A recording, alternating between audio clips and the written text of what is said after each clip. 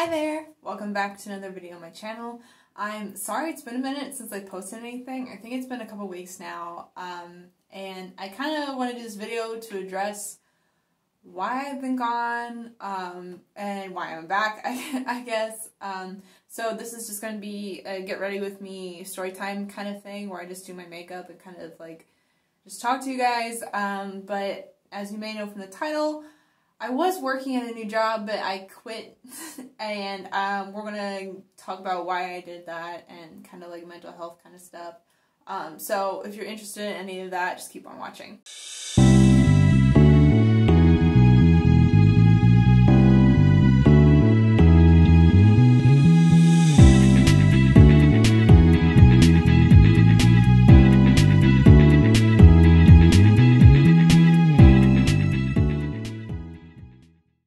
So I'm in my bathroom. This is like a really informal kind of setup, but it's like Sunday and it's raining. I don't know if you guys can hear it or not, but I kind of just wanted to do this as like a casual venting sesh.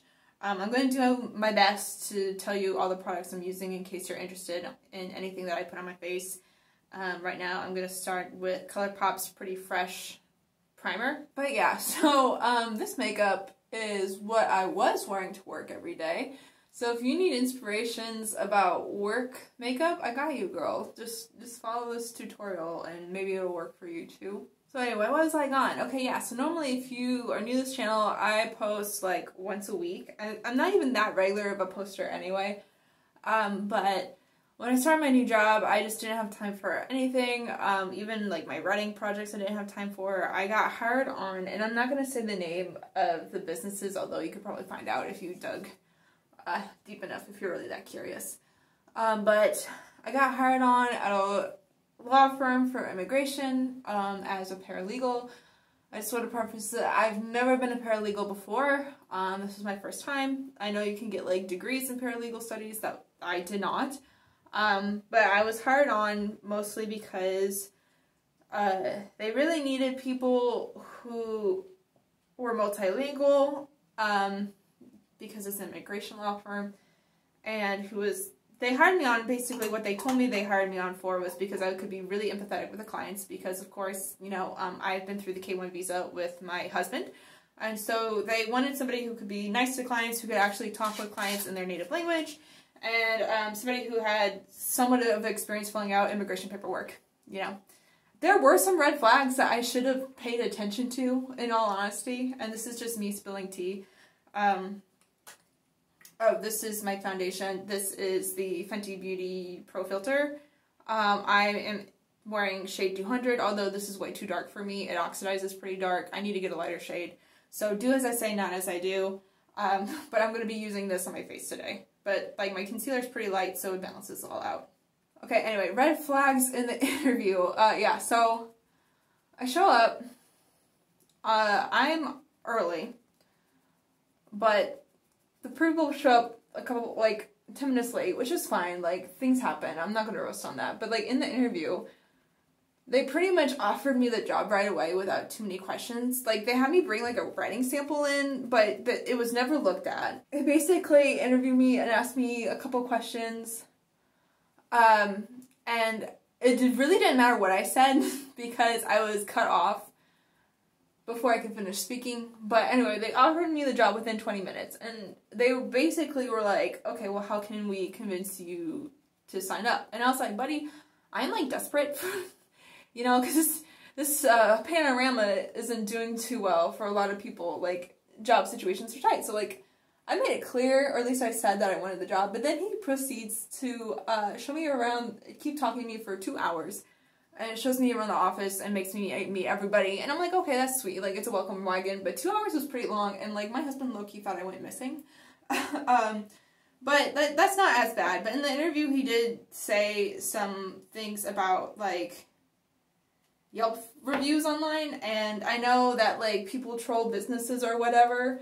And I kind of looked at them online, but I saw, like, mixed reviews. So I was like, you know what? I'll still give it a shot. Like, I've worked in some bad places before. But, like, you know, money's money, so I was like, whatever. So I still went to the interview even after doing research on this place, because I did do research on this place. I wanted to, like, preference that. Like, I did have an idea that there was, like, mixed reviews online. But I feel like that's the case with a lot of places, right? So I didn't think anything of it.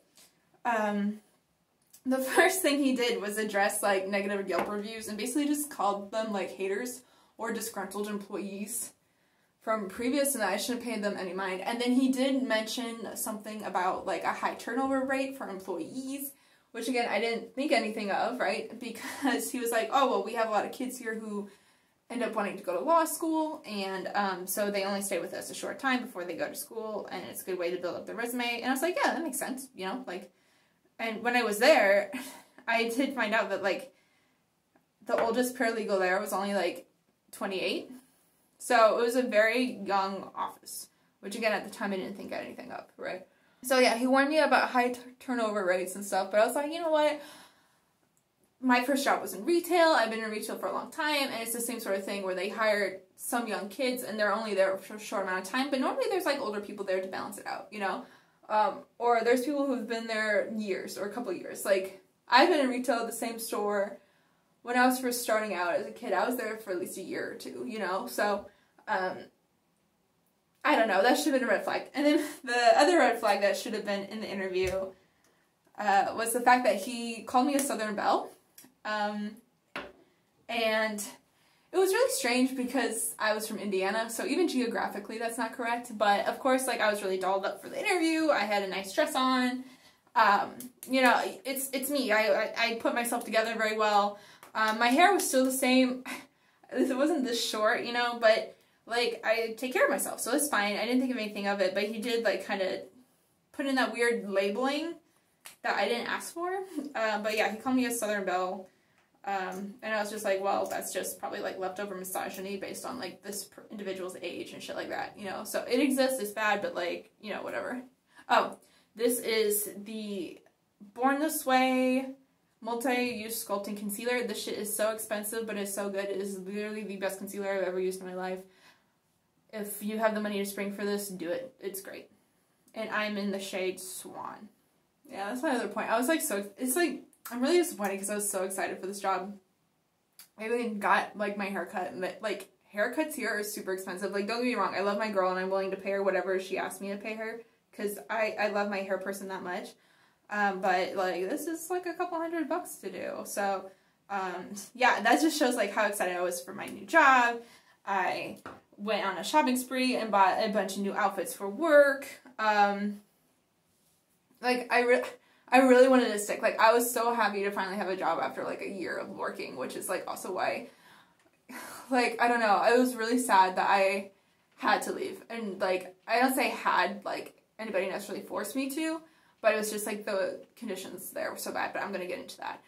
If you're looking at me and saying, like, hey, that's not normally how you put on concealer, I've been trying something different lately, something that TikTok's trying to teach me, like, the young kids. And it's more of, like, just so I can have, like, a lifted face, or that my face looks a little bit more angled this way. So I've been trying it out, and I kind of like it. So that's kind of why I don't have, like, a full thing of eye makeup underneath here. It's just me trying something new. I guess I should put a little bit on my nose, too. Okay, so that was the interview, right? And I told them I could start as soon as Monday. Like, I was ready to be accommodating, you know, because I wanted to work as soon as possible. And I get there, and I come to find out that there's not a lot of training, period. It's a little disorganized. I understood that this job, like, in this job, they're not a new practice, but they've been expanding a lot. They've been winning some cases, and so now they're hiring a lot more people, and they're not really sure of how to structure that just yet. So again, super patient. I've, like, been around startups before. I understand that grind. Totally cool. The people I met and I started working with were genuinely the nicest people I've ever met in my whole life. Like, we all just clicked really early, and the other paralegals were so supportive. I think there's probably, like, 7 paralegals, or maybe 8. They're all, again, young people. Some of them wanted to go into law, some of them didn't. But they were generally the most supportive group of people ever. And I really enjoyed talking to them, and they were willing to train me on things that just management just wouldn't. They kind of just, like, threw you to the wolves kind of thing, which, again, you know, I'm a pretty quick learner. Like, I've been in school for a long time. I know how to learn, and I was learning when I was there, right? I caught on pretty quick to some things.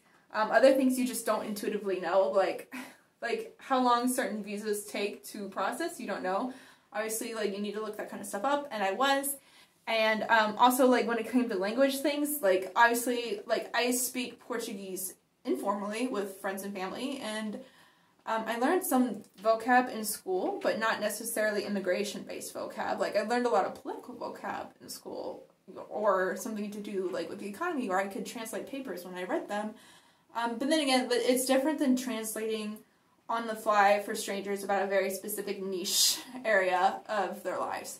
So that was hard, and I quickly found out that I ended up translating on my first day, like, very first day together, in front of the two head people in the company. And I was really stressed out, but I got by. It was fine. The guy on the phone, the Brazilian on the phone, was super sweet to me about it. He knew that I was I kind of just wanted to fill him in on the situation, be like, you know, hey, it's my first day, da da da. But immediately when I said that, my boss got really mad. His argument was, like, he just wants to show a strong face to the company, and that I should recognize that we have resources that they need, so we're valuable, or something like that, right? I'm like, oh, cool, I understand your argument. Okay, I won't do that anymore. But then also they were making comments about, just because I was a little nervous, so I stuttered, and I had to repeat myself, which is fine, it's normal. They made comments after the call that, like, the person didn't like my Portuguese, or that I wasn't that good at Portuguese, and I was like, okay, but meanwhile, the guy was completely fine and understanding, and, like, I do have an accent when I speak. It's not that bad. I have a little bit of an accent, but all the other Brazilian people in the office told me that my Portuguese is pretty good, and so it wasn't that, especially, and my boss trying to make it seem like it was my fault, right, because there's miscommunications, but it was really, like, a question the guy had. He just wanted to know whether or not he had to make a payment for if they filed a certain thing. That was his one question. It wasn't judgmental or anything. It was just like, hey, if we file this way, how much do I have to pay for it, right? And it wasn't anything mean. It was an honest-to-God question. And the guy just blew up at him once I said, like, hey, he just has questions about his payments. He just started yelling at the guy and basically made him out to be just somebody who was, like, a cheapskate, which wasn't the direction of the conversation at all. And even after that, like, I continued to email this client in Portuguese for a while, and we went back and forth, and we totally understood each other, and it was fine. So I don't know. He basically just blamed me for a mistranslation, but it was really just him having a misunderstanding. And instead of taking up and owning that, he just decided it was my fault. Which, again, first day, I don't care. I let that roll off my back, no problem. But then, as I'm working on different cases, asking questions, even just learning shit around the office about even how to work the copier, like, I'm just kind of thrown in these situations where I am constantly just guessing on how to do stuff. The other paralegals are being super supportive and helping me out because I don't have any immigration experience. Like, working in immigration is completely different than being on the other side of it, right? And yeah, I did that all by myself. I didn't have a lawyer when Douglas and I were filing.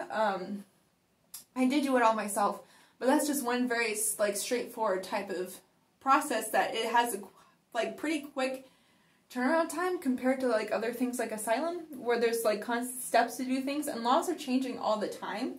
So, it's different, right? It's going to be different for each case, and I can't be expected to know all that, because why would I look into that if it didn't serve me, right?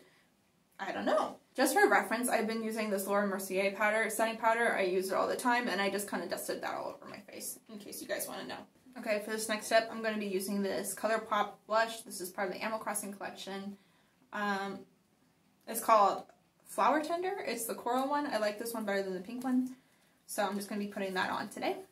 But yeah, so that was the first day, and it was fine. But all the people were trying to tell me some kind of horror stories, not going to lie, of instances where the bosses were being completely rude to them or rude to the clients and saying just really inappropriate things, to be completely honest. There was instances of very sexist and misogynistic things said to people or just attitudes said.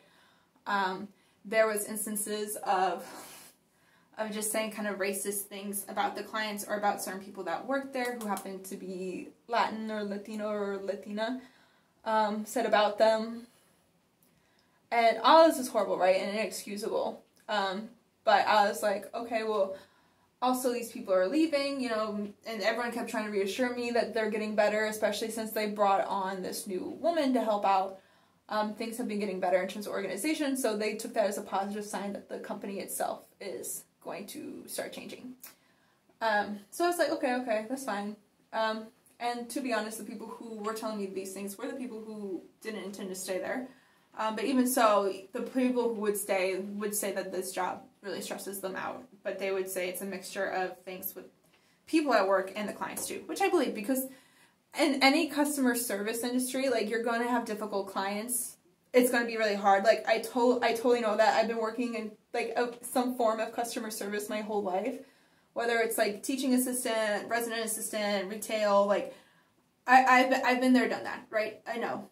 So, and I've seen some ugly stuff, you know. So I've worked at Black Fridays where people were getting, like, physically injured by customers, and I laugh at this because it's, like, funny now, but it definitely wasn't funny in that situation.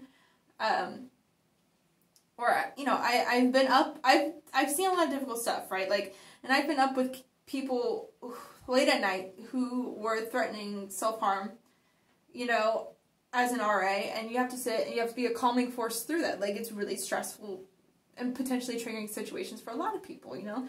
So I'm no stranger to that. And again, a stranger can say something to me, that's fine. I let it roll off. I am an emotional person by nature.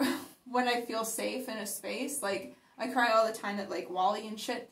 But when it comes to public things, like, I don't cry at funerals. You know, I'm not that kind of person. If there's somebody around me that needs me to be strong for them, I have no issue doing that. And I've already done that because the real reason why I started leaving was, like, a few days into the job, I was translating again for this individual, for a different client. And even before the call, he said that this client had an issue of bad behavior, right?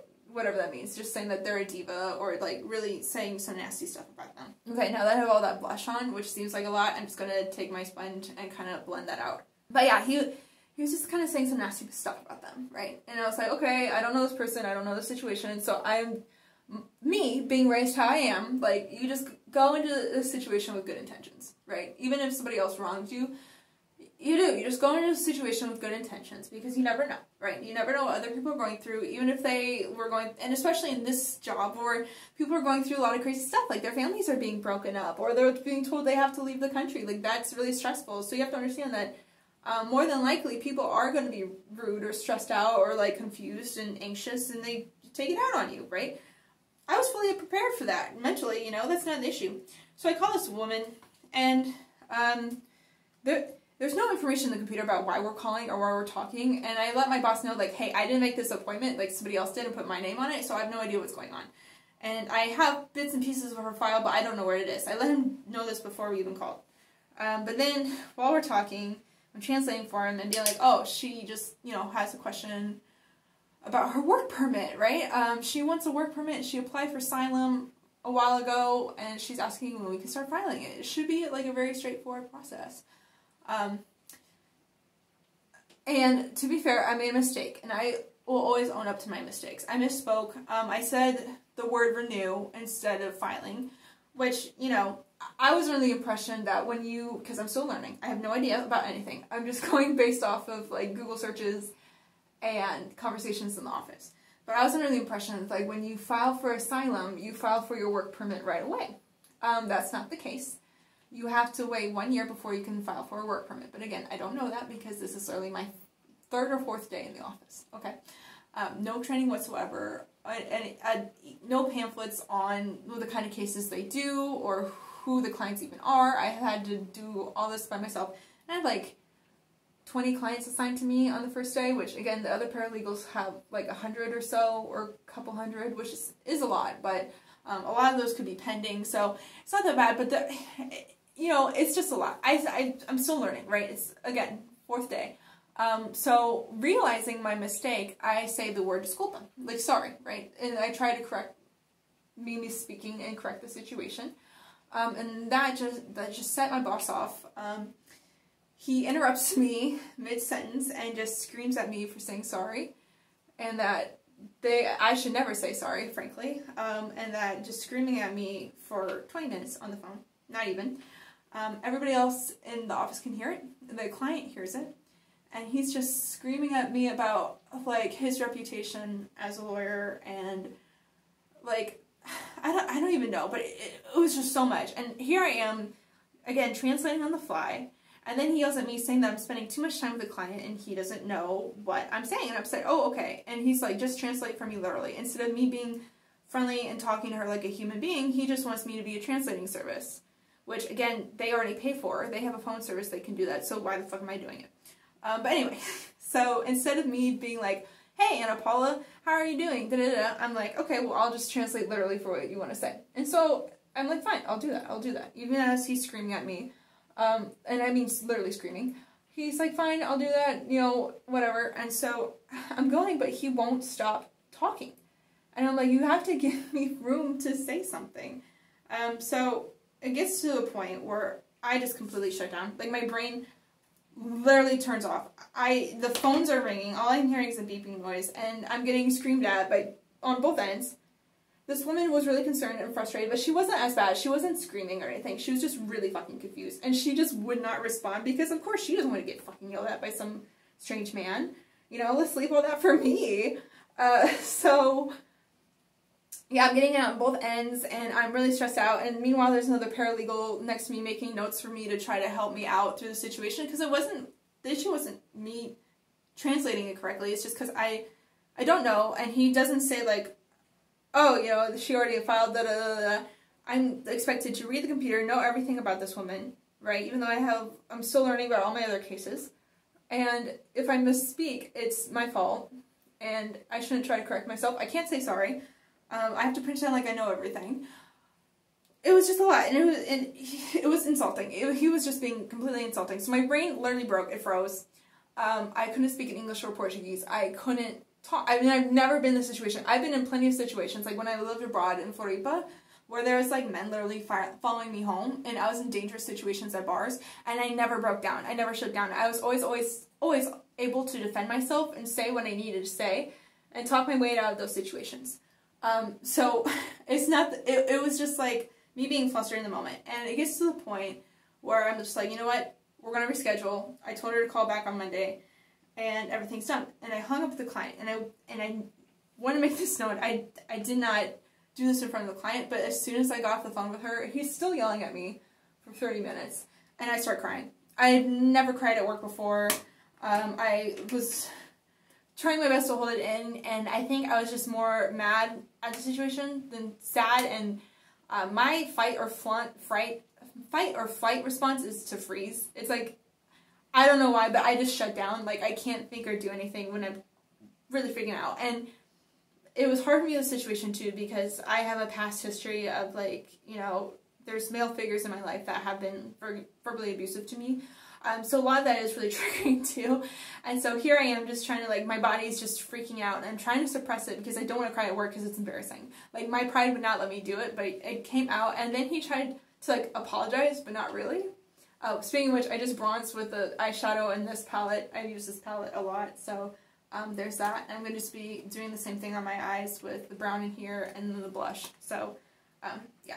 But anyway, so he's trying to apologize in his way.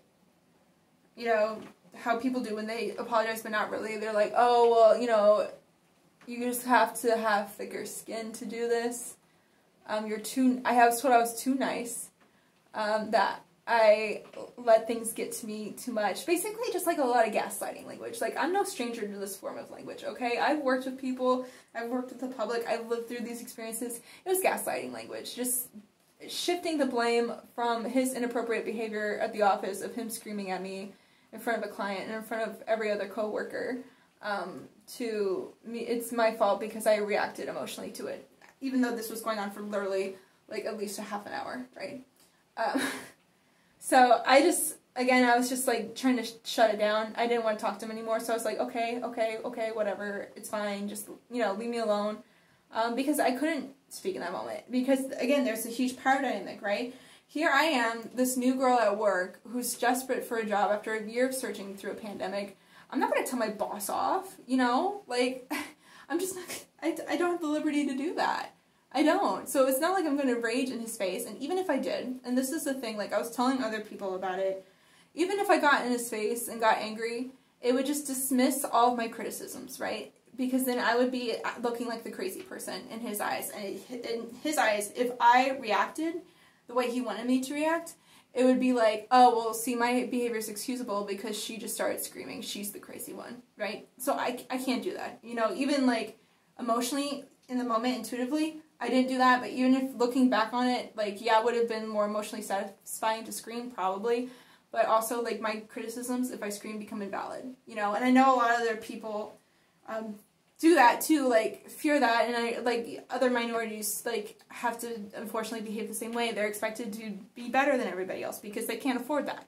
And in that moment, that's, like, how I was thinking, too. I was like, even if I, like, quit, right, in this moment, like, if I react this way, things won't get better for the rest of the people at this office, right? So, anyway, so I let it shut down, and I'm like, oh shit, and my friends I made at the office are, like, comforting me, and they're being so sweet about it, and they're like, but they're being honest with me, too. They're like, that's a regular occurrence. They were being really nice, and they were, like, comforting me, but they said, this will happen every time you translate for this individual, and I was like, nah, right, like, no, this can't happen every time, and, you know, there was the person I was working with the most. She told me that in her first few days in the office, she made a small error. She put a paper in a different file than where it was supposed to go, and this individual called her an imbecile in front of everybody and screamed at her the same way her first week. I was talking to other paralegals, and it turns out that they were also screamed at for minor things during their first days, and I don't know if it's like establishing a power dynamic or what the purpose of this is, but it is completely inappropriate. It just is. I don't get this power play type shit. I just think that's nuts. And so the other woman who has a higher ranking position in the office, towards the end of the day, asked me to come into her office, and she apologizes on his behalf. And I just want to make it known that I have the utmost respect for this woman. Like, she works so hard in these offices to help these people out, and I genuinely admire her as a human being, and if I was working for her, I think I would stay for a very long time, because I just think she's a nice lady, but she also is very, very knowledgeable. Like, she stays up on all the laws, and she's compassionate, right? She's, like, level-headed compared to everybody else there, and again, so if I was working just directly under this attorney, I would probably stay there for a very long time. But anyway, she pulls me into her office, because even originally, like, she wanted me to work on a case with her for an LGBTQ person, which is something that, like, of course, I am really empathetic towards, and that's what I wanted to do, right? I wanted to help other people, and so, like, there's people who seek asylum because they're persecuted against for their identity, and that's the kind of stuff that I would love to work on. Like, I don't want to be selective of who we help, but, like, for me, I'm like, oh shit, like, that, you know, that's such a horrible thing that somebody has to go through. And so, of course, I'm going to be sympathetic, right? She thought of me for this case specifically because I think she knew emotionally I would be really empathetic, but also it was pretty straightforward, and it was a good way for me to learn more about, like, asylum cases in general, because they do a lot of asylum cases there. But again, she apologizes on his behalf and says that there's been records of this, and that she is trying to assert herself more as, like, a middleman in the office so that people don't have to deal with him directly, and that she's made him aware that this behavior is inappropriate, especially while translating, because, you know, just because somebody's fluent in a language doesn't mean they've translated in an office setting before, and it's not fair to expect that of somebody, like, on their first day, right? So she got where I was coming from, and she apologized, but she literally asked me, like, please don't quit. That did come out of her mouth, and she was, like, asking me straight up right then and there, are you going to quit? And of course, like, I'm sitting there, I'm still trying to, like, process everything that's going on, because mind you, this is immediately after. This isn't like, oh, I sat down and I worked the rest of the day. No, this was all happening at once at the end of the day.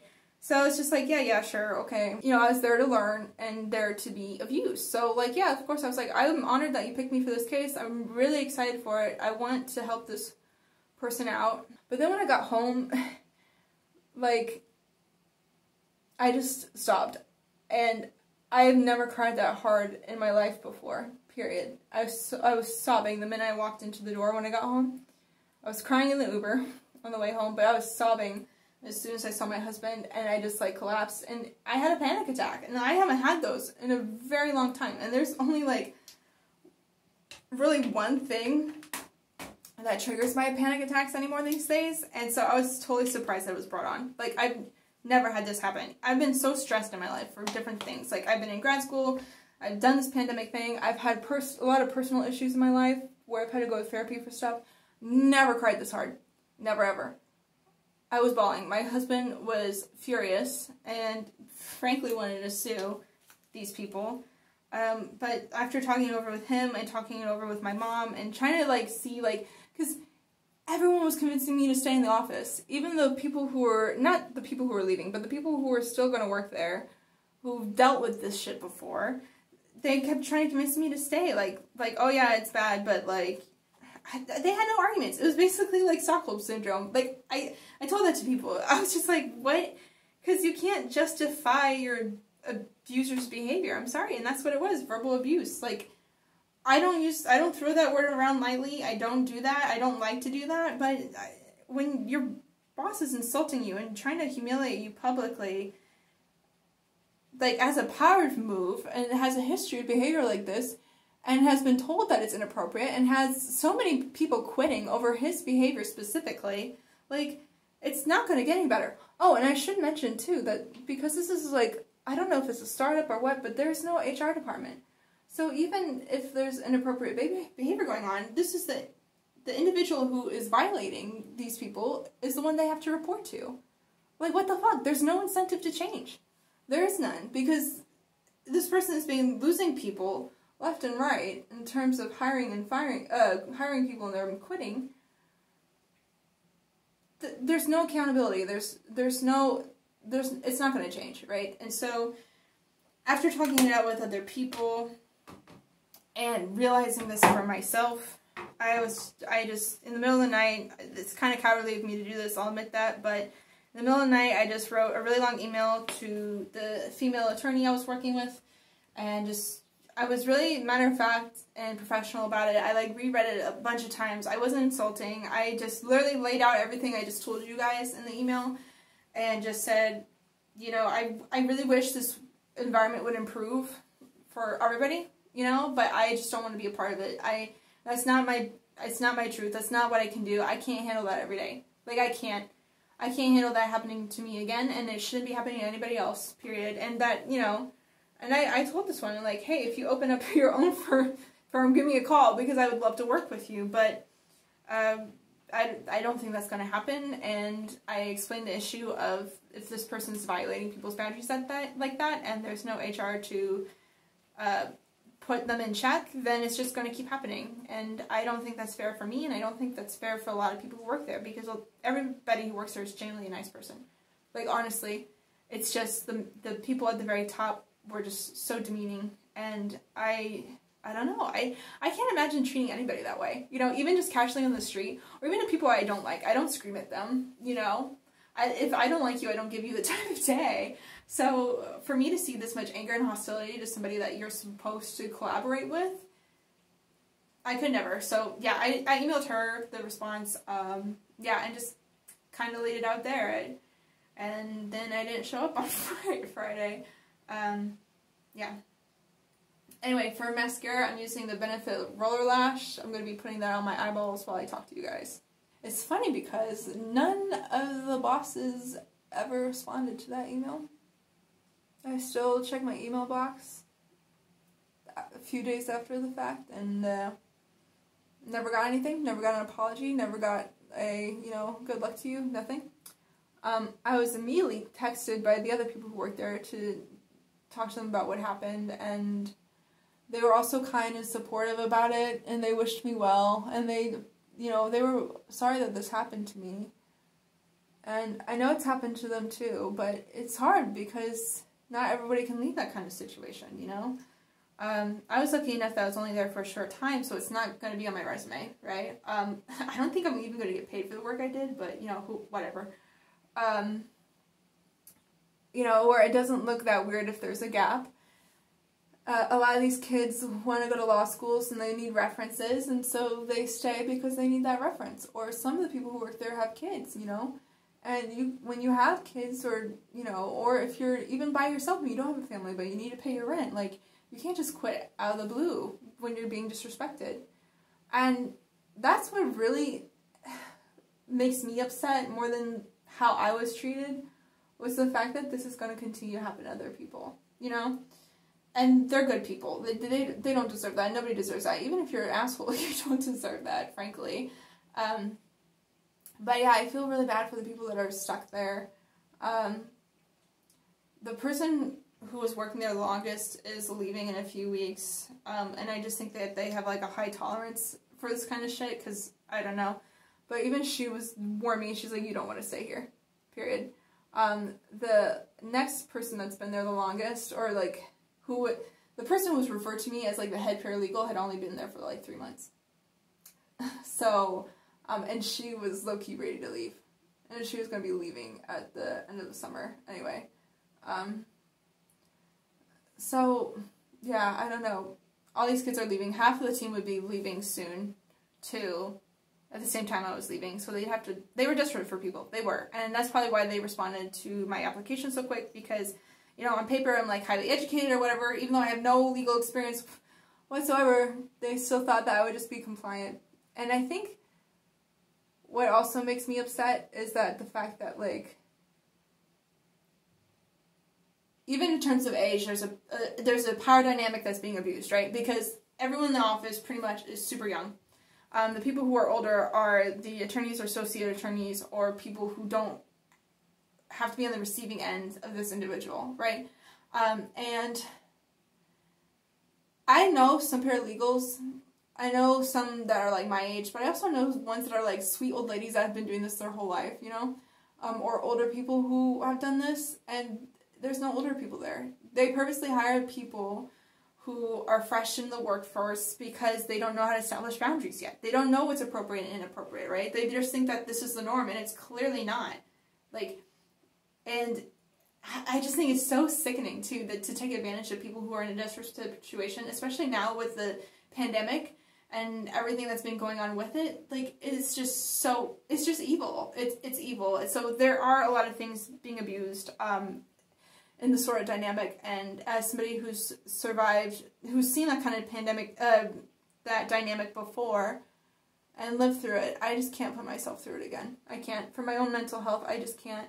And I'm somebody who has the liberty to do so I'm going to do it, you know? Okay, for highlight, I'm going to be using the Tribe Highlighter Volume 3 by Juvia's Place. I like this highlighter. I use it every day. So I'm going to just be putting this here, here, here, here, here. Yeah, you'll see. You'll see. But yeah, so this is a highlighter I use, and it looks like this. Is very nice. But yeah, that's basically why. And, you know, I've gotten, like, I put this on my social medias because I put the fact that I got a new job on my social medias, and so I didn't want people to think that, like, oh, she's still working there. So I was just, like, I put a little message in my stories being like, oh, well, I quit. But it was basically that. Like, I just think that, especially in the sort of society we live in anyway, there's corporations that think they could just take advantage of the people that work for them. And it needs to stop. It's a culture that is so toxic that it just needs to stop. And from what I gather, this isn't norm, right? It shouldn't be the norm. But unfortunately, I had someone talk to me about it who was a paralegal too, and they had a very similar experience in their office, and they literally used the word Napoleonic complex, which was how some of the other people who worked for this person described them. And that's unfortunate. But I don't know. I don't know if that's just inherent in that sort of system, but I just know that that's not something I wanted to do forever in the first place. That wasn't going to be like my ultimate career choice, so I'm not too hung up about it. But if this was somebody's ultimate goal, right, it sucks that they have to deal through all this kind of stuff. And so, I don't know, when I put that I quit, I got like a lot of really supportive messages from like friends and family, and even like people I don't really talk to that much, which I found super comforting. So I just want to thank everybody who did that. It was really sweet, and I really did appreciate it because I was feeling all sorts of things in that moment. So thank you for that. But I felt like everyone kind of agreed that, like, you can only take so much, you know, and I saw a criticism that was like, well, at least you have a job, and I'm like, that's fair. You know, I recognize the fact that, like, quitting is a privilege already in this video, and I don't want people to think that, like, I'm ever ungrateful for anything, because I'm not, but also, I don't know, should you be grateful to your abuser because they allow you to take up this space if you're suffering and, like, going home and crying every fucking day, you know, because there's people that told me they were, and from what I saw, the clients were fine. I mean, I understand that they get bad, but none of the clients were disrespectful to me. So, you can't get it from both ends. That's my only thing. It's like, even if the customers are bad, you should rely on your own team and support to, like, comfort you during this process, right? Or maybe the management sucks, but the people you work with every day are great. You know, like, it has to be one or the other. If it's both, then there's no reason for you to stay. And I'm saying this honestly to somebody who's I'm desperate for money. I would love a job. Please hire me. You know I have funny hair, but, like, I do a good job. But yeah, it just, there's no point in staying. I'm sorry. If somebody is hurting you that bad, any instance in your life, where there's friendships, relationships, whatever, no, you have to set boundaries. You do. And especially young people who don't feel like that they have the gumption to do so, you have to. So, yeah, let me put on a lip break real quick and stop rambling and, like, just give you my final take, I guess. Okay, so this is going to be, like, a little mixture of stuff. This is, again, my kind of go-to lip. So this is, this is a ColourPop lip thing, liquid lipstick that's called Room Service.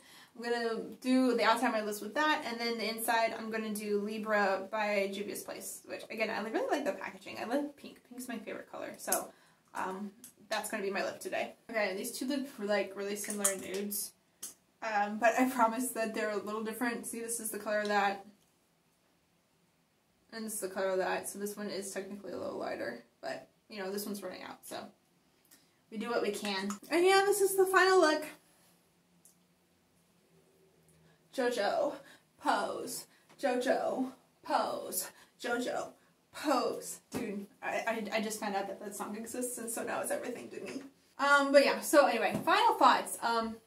Sorry I had to hear all that, but I mean, I've been telling people about it kind of here and there, but I wanted to put it in a video too, I guess, because, I don't know, when I put my message on my social medias, I saw that a lot of people were thankful for that, because I basically, you know, I said that if you are feeling disrespected constantly in your work, like, not just like a one-time thing, because, you know, everyone says shit when they're stressed, you know, and if it's a one-time occurrence and somebody apologizes for it, that's one thing, right? But if you're constantly being disrespected and devalued, and you have the capacity to do so, like, leave. Like, don't feel guilty about it, because I promise you, like, you're just a number. They will find somebody else. You are just a number to them. They don't see you as you. Especially if you're new there. Like, how the fuck are they gonna know who I am? You know, I've been there 4 days. So it's, like, not that impersonal. But even if you've been there a while, don't feel like you owe anybody anything. If they're disrespecting you, and if you're truly unhappy, like, leave. It's fine. They'll replace you. But you can't replace, like, jobs can come and go, and I know, like, some people feel like jobs are, like, really important to their, like, self-worth or, like, social status or whatever. Do you? But jobs come and go. You only have one brain, one body, one soul. You can't replace that. So if something is literally hindering you that much, let it go, right? Let it go. Don't be afraid to make changes. So when I said that on my social media stories, I had a lot of people writing me saying thank you for that, and that they really needed to hear that, or they were going through something similar. So I hope, even if I don't know you personally and we're not on Instagram together or whatever, and if you see this, I hope this helps you and serves you as well.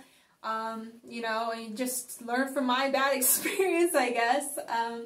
And I think now when I'm doing my job selections, now that things are opening up and I am getting more interviews, I might be just a little bit more particular about the questions I ask, or even the vibe that I get from the place, because from the beginning I had an inkling, right? And I should have just listened to that inkling, but I thought I was being delusional, you know, I thought I was absolutely desperate for this, and it turns out I'm not.